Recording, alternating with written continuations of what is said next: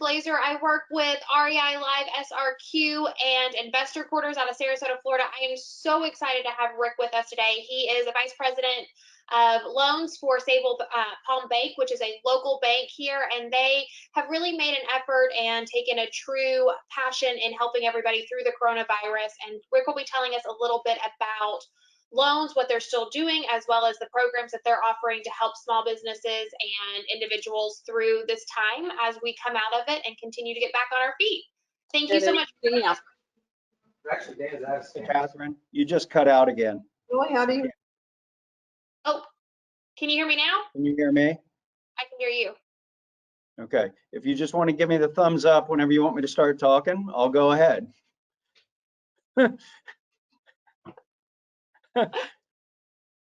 Perfect. You ready? Yes, sir. All right. I'll go ahead and get going. Hey, everybody. Thank you so much for having me today.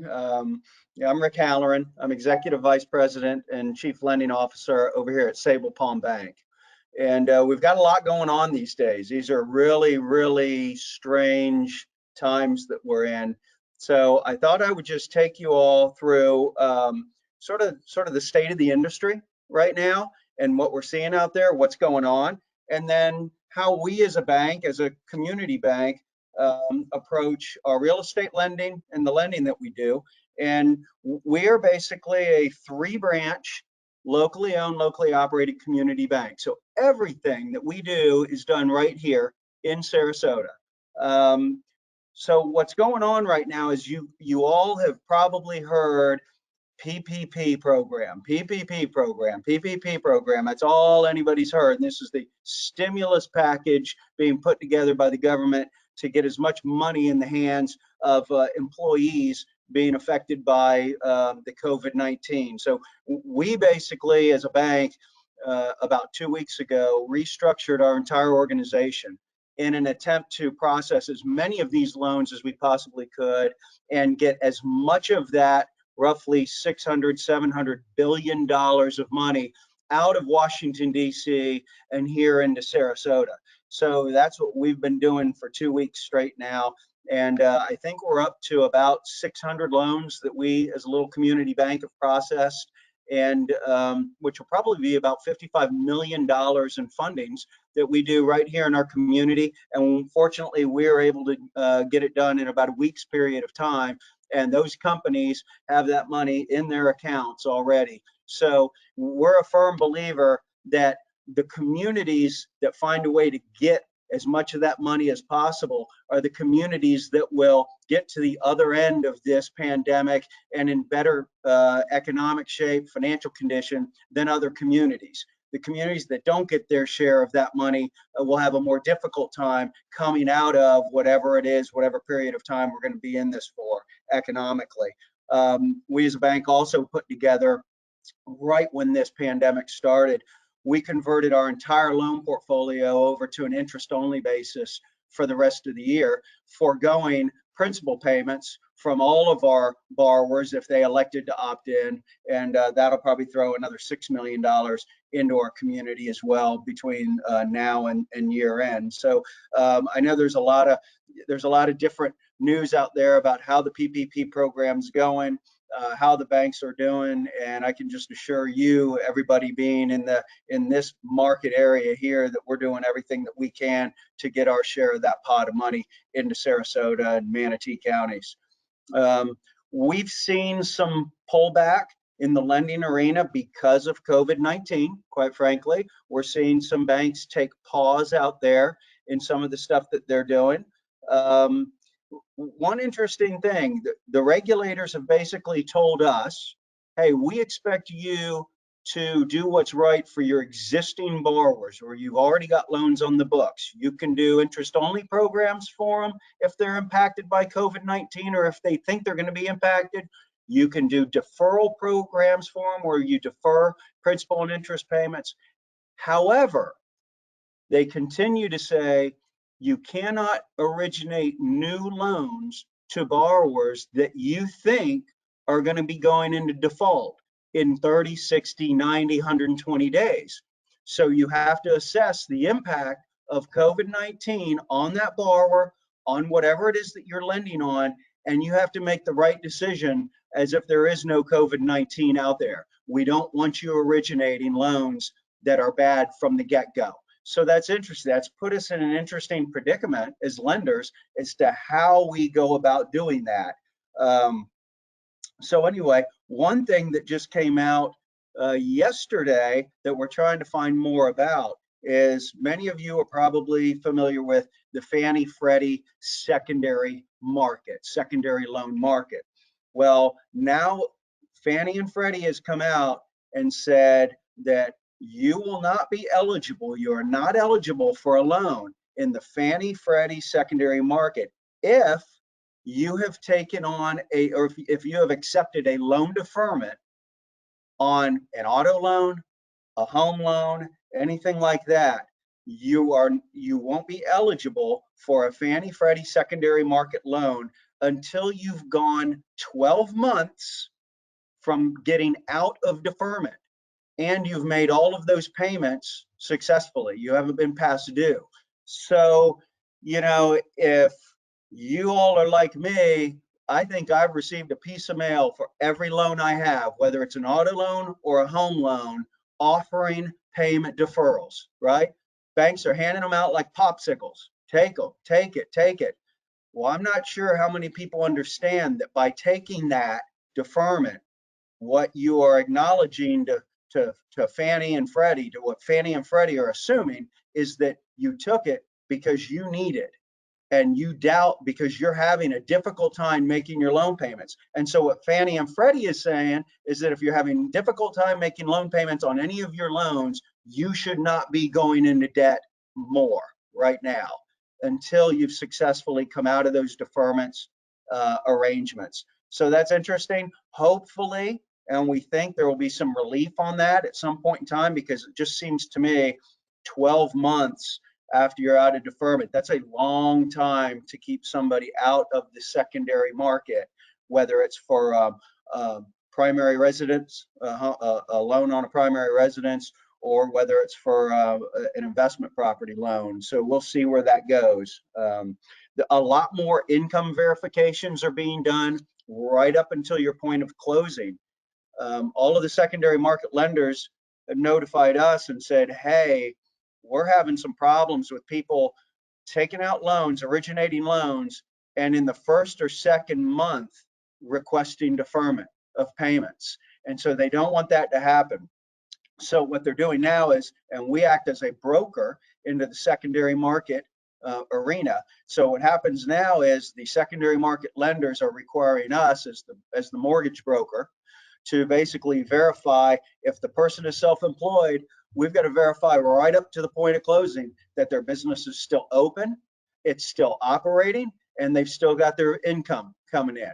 If they are a W-2 wage earner, we're having to verify multiple times up through closing that they are continuing to be employed and paid, because they don't want somebody that has already been laid off or already been negatively impacted by the COVID-19 to then move ahead with a loan. So in a lot of verifying, it's making it slightly more difficult in some situations. So what we do as far as a bank and investor real estate lending, let me go over that real quick.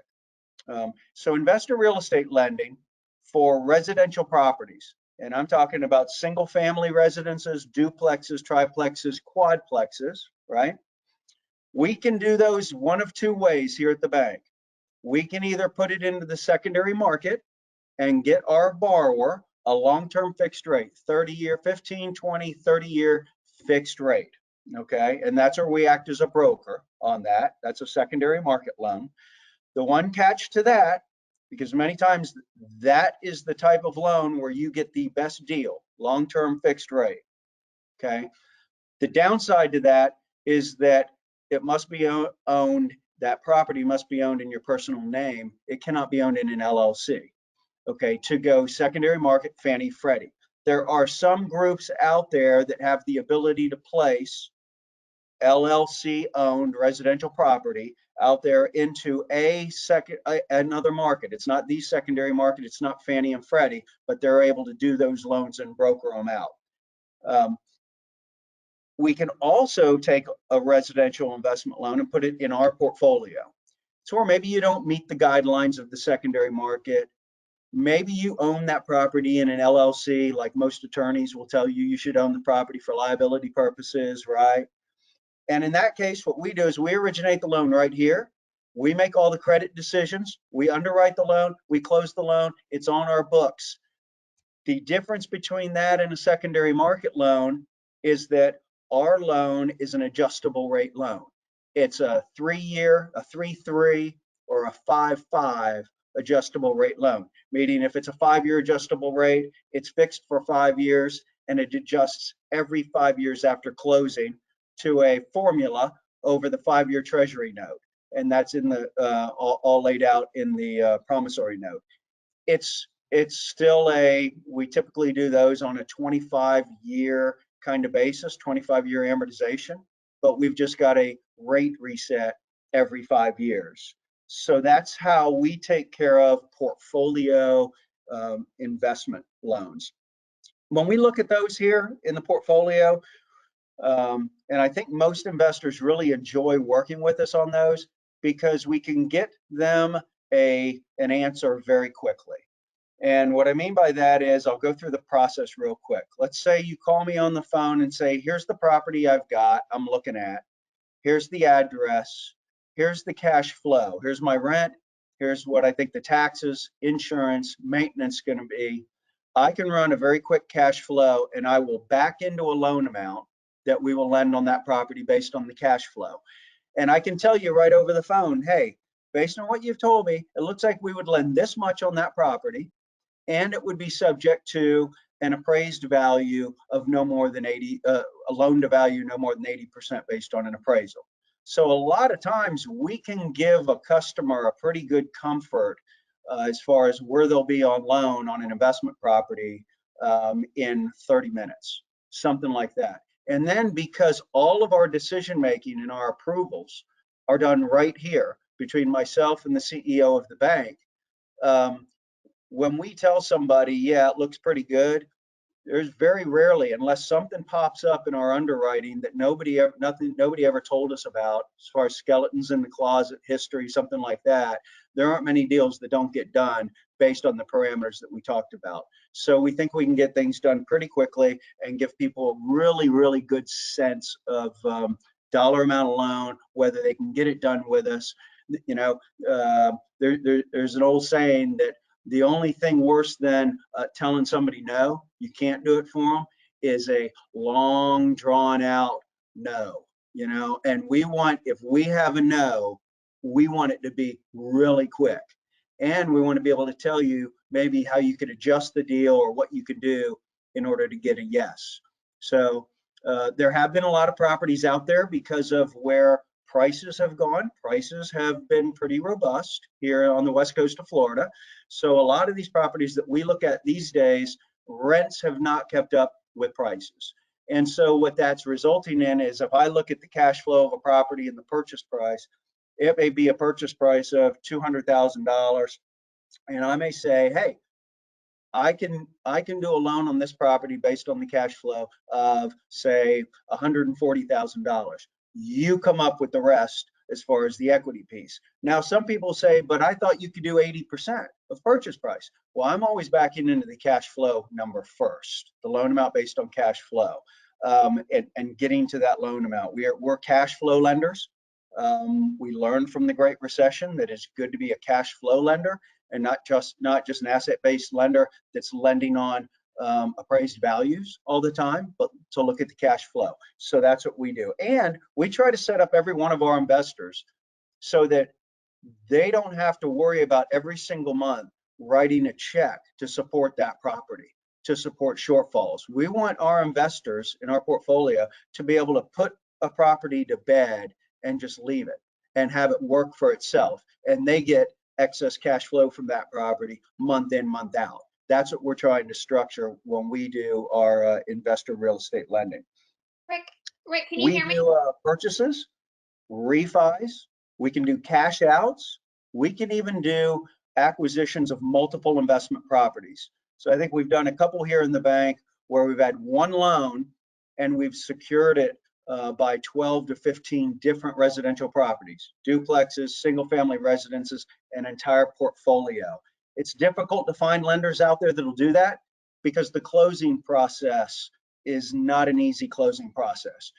All the real estate that you do, all the real estate loans, when you close on just one property, you have that same kind of due diligence on 10 properties, 12 properties, 15 properties. So a lot of groups just don't like to do, a lot of lenders just don't like to do those types of loans, where we love them. We think they're great. Let's see, dates. So time frame. Let's talk about, we give you an answer. We say, yes, here's the deal. Usually we can close, once we have all your financial information in the door, we can usually get a loan closed in 2 to 3 weeks, something like that. Approval, closing, all that kind of stuff. Sometimes what takes a little bit of time is the appraisal. Based on the appraisers and their backlog, when we order the appraisal, that might be a 2-week period of time that the appraiser needs to actually do the appraisal, but we'll work up all the other stuff while the appraiser is doing his work. We'll work up the loan documents, we'll work up stuff like that. So as soon as that appraisal is ready to go and we can review it, we're ready to close the loan. So we do everything possible to accelerate the closing time frame for you and for us. It's good for all of us, okay? So I think closing time frames we do really well on. One of the things that we do, this was sort of a lesson that really smacked around a lot of banks in the Great Recession, is that cash equity in properties, and this is not going to be a popular topic among a lot of real estate investors, I get it. Cash equity in properties is a wonderful thing when you encounter difficult times. What we saw in the Great Recession was that there was a direct correlation between lack of cash equity in properties and how fast that investor was willing to turn over the keys to the bank and throw in the towel. More equity in the properties, the longer that investor will hold on to the property, the more opportunity there is to modify the loan to give a lower payment to allow the owner of the property to restructure rents, stuff like that. And this is both on a commercial basis and on the residential basis. So what we do is we go based on the lesser when we build that loan amount. Let's say you're coming to me and saying, I bought this property last year, and I got an 80% loan last year. I want to cash out this year. We're going to use, for a loan to value of, let's say 80%, we're going to use the lesser of cost or appraised value until you've owned the property for about 2 to 3 years. Then we'll allow you just to use appraised value and start boiling out equity, if that makes sense. Once again, we're trying to get folks to build some level of equity in their properties instead of constantly cashing out of that equity. And I know that is part of a strategy that a lot of investors use to build a portfolio. And so we just try to find a good balance with our investors to allow them to do some cashing out, buying additional properties, but not keep taking everything all the way up to the max. Okay, so that's sort of our philosophy on the cash outs, seasoning of properties, stuff like that. Let's see what else.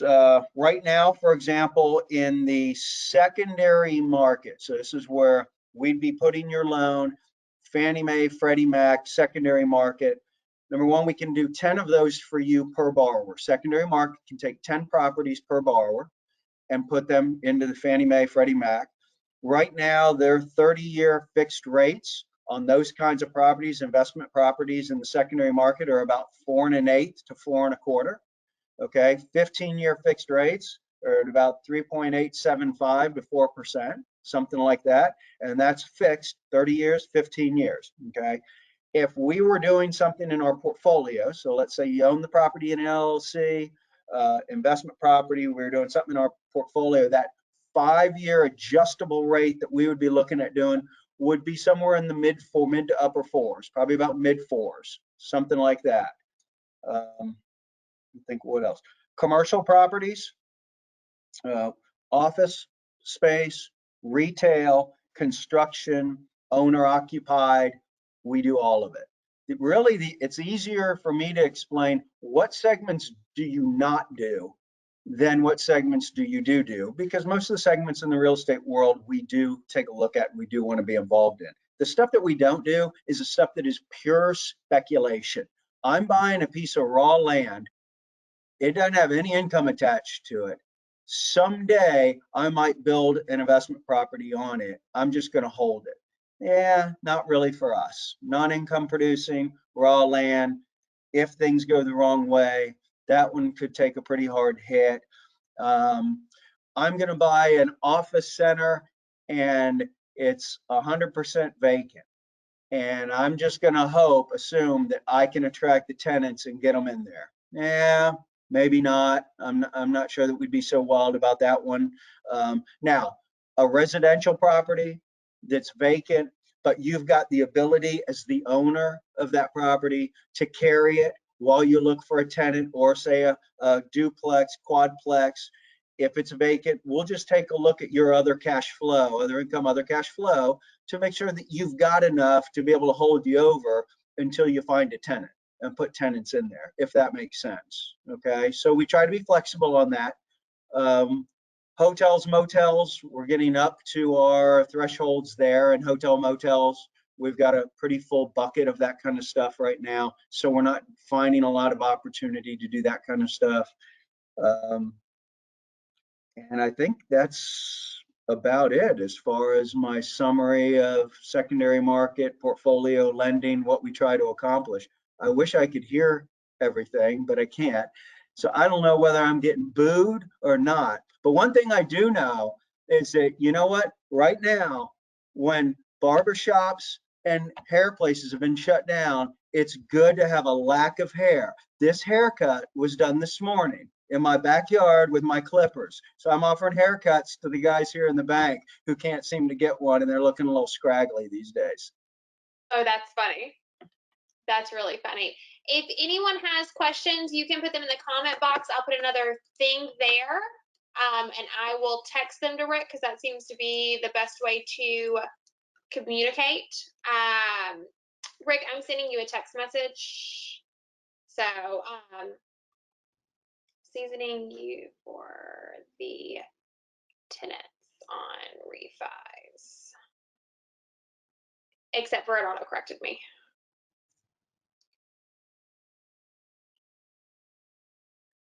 So we got a question, is there seasoning for the tenants on Regis refi? So I'm not quite sure. Regis, I need somebody to tell me what that is. It's an autocorrect on my part. Is there seasoning for the tenants for 6 months? Okay. No, we don't. We're not as concerned with tenants being in for certain periods of time, as much as we are that we've got tenants in there, if that makes sense. And it looks like the cash flow is going to work and everything's going to work. We'll assume that they're going to stay, if that makes sense. And we'll validate that, yes, they are there. Maybe they have some kind of a deposit as well on board. But we don't go as much with a history of the tenants being in there. Okay. All right. What kind of loans will you give people who wish to buy, fix, and flip a home? You know, that's a tough one, because we have tried to figure out something that makes sense for the folks that are in short term. Where a bank makes its money is loans on the books for a long time, because we get monthly interest income, day in, day out, month in, month out, year in, year out. So that's what we're really striving to get. Most of the time when we look at a fix and flip and we say, okay, this loan's going to be on our books for X period of time, then it's going to be gone, we typically have to build too much in points and fees, points up on the front end, and then the borrower doesn't like the deal, because usually it's 2 to 3% on the front. to be able to get that deal, just to be profitable for the bank to actually do, and then be out of the deal in 6 months to a year and really make any money on it. So can we look to do it? Yeah, we can look to do it. There's nothing that stops us from doing it, but we got to find a way to make it make sense for the bank profitability wise. And so we've just had a hard time figuring that out. Okay, perfect. Are there any other questions that people have? But one of the other things that we can do is if the investor has some properties that are, say, free and clear or with equity in them and would like, let's say, for example, a 12-month line of credit on the property to use to go then and buy a fixer upper or a flipper, we can look at doing that. Maybe leverage a different property, okay, put in place a line of credit for the investor to use. It's a way of accomplishing the same thing with a different property, and then the investor can go and do their acquisition, fix up, flip, pay down the line of credit, go ahead and hit it again when they find another property. So we have had success in that. Requirements for multifamily investments. Like I said, first thing we're going to do is we're going to take a look at the cash flow. So I'm going to get it on board. I'm going to look at the cash flow, look at the occupancy, vacancy levels. I'm going to look at the rents. So there aren't a lot of, in our world, when we underwrite, it's more of an art than a science. You know, in the Fannie Mae, Freddie Mac world, it's very scientific. You got to have debt to income of this, cash flow of this, your credit score has to be this. And if you can check off all the boxes, you're good. If any of the boxes can't get checked off, you don't get a loan. In our world, I'm going to look at that cash flow of multifamily property. I'm going to look at the occupancy. I'm going to look at the rents compared to market. And I'm just going to say, okay, is there more of a likelihood of having downward pressure on these rents because they're really high compared to market? Or is there more of an opportunity to raise rents in the future because they're low? And I'm going to look at the cash flow. And typically when we're doing, many of you hear this thing, debt service coverage ratio, we may say, okay, 1.20 debt service coverage ratio on a property, meaning that you have cash flow that is 120% of your loan payment. NOI is about 120% of your loan payments. And so we just sort of put all the pieces of the puzzle together and figure out, is this reasonable? Does it make sense for us to move forward with this deal? And at what loan amount? Does that make sense? And I know that's sort of given everybody a very vague answer. You'd probably love to know, give me the exact formula, but that's just sort of the way we work our loans in the portfolio over here, putting together the various pieces of the puzzle.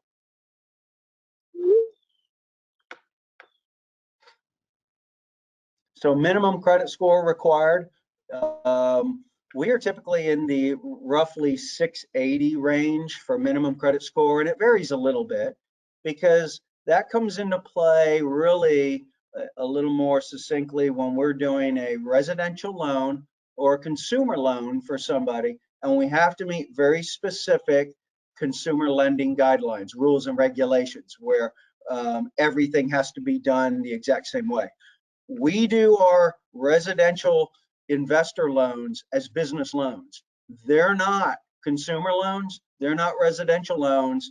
They don't have all the TRID guidelines. They don't have all that. We're doing those as business loans. So if we see a low credit score, what we're going to ask ourselves is, okay, why is it low? Is there a good explanation of it for being low? And is there something in this deal, maybe a lower than normal loan to value on the property, maybe stronger cash flow on the property? Is there something that mitigates that low credit score? And if we can offset that by having mitigating factors, that helps us build that puzzle and be able to move forward with the loan.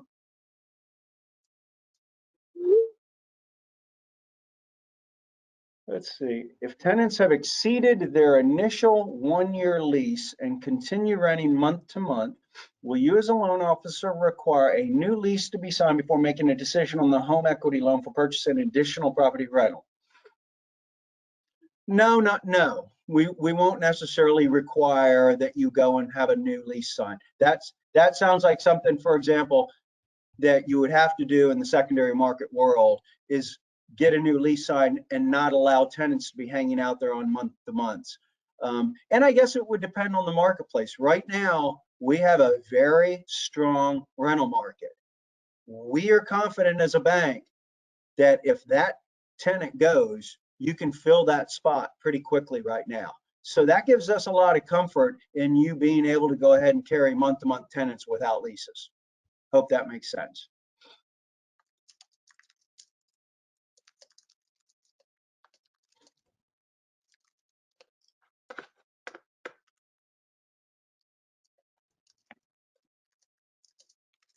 Does anyone have any other questions? Rick's audio is not allowing him to hear I us. really wish I could hear what y'all are saying. I bet y'all are throwing me under the bus right now. It's like this is where I'm the only American and everybody else is speaking Japanese and I have no idea what they're saying.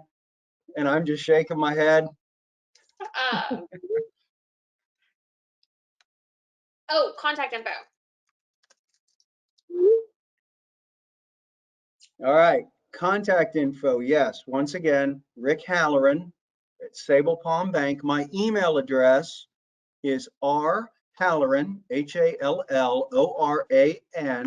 at S as in Sable, P as in Palm, bank.com.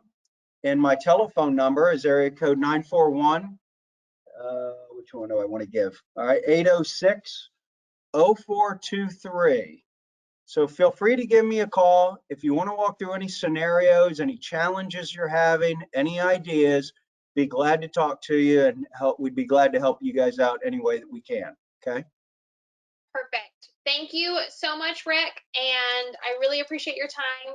I apologize that you can't hear me. I think we've got all the questions answered. So I hope that everyone has a great rest of your day. Okay.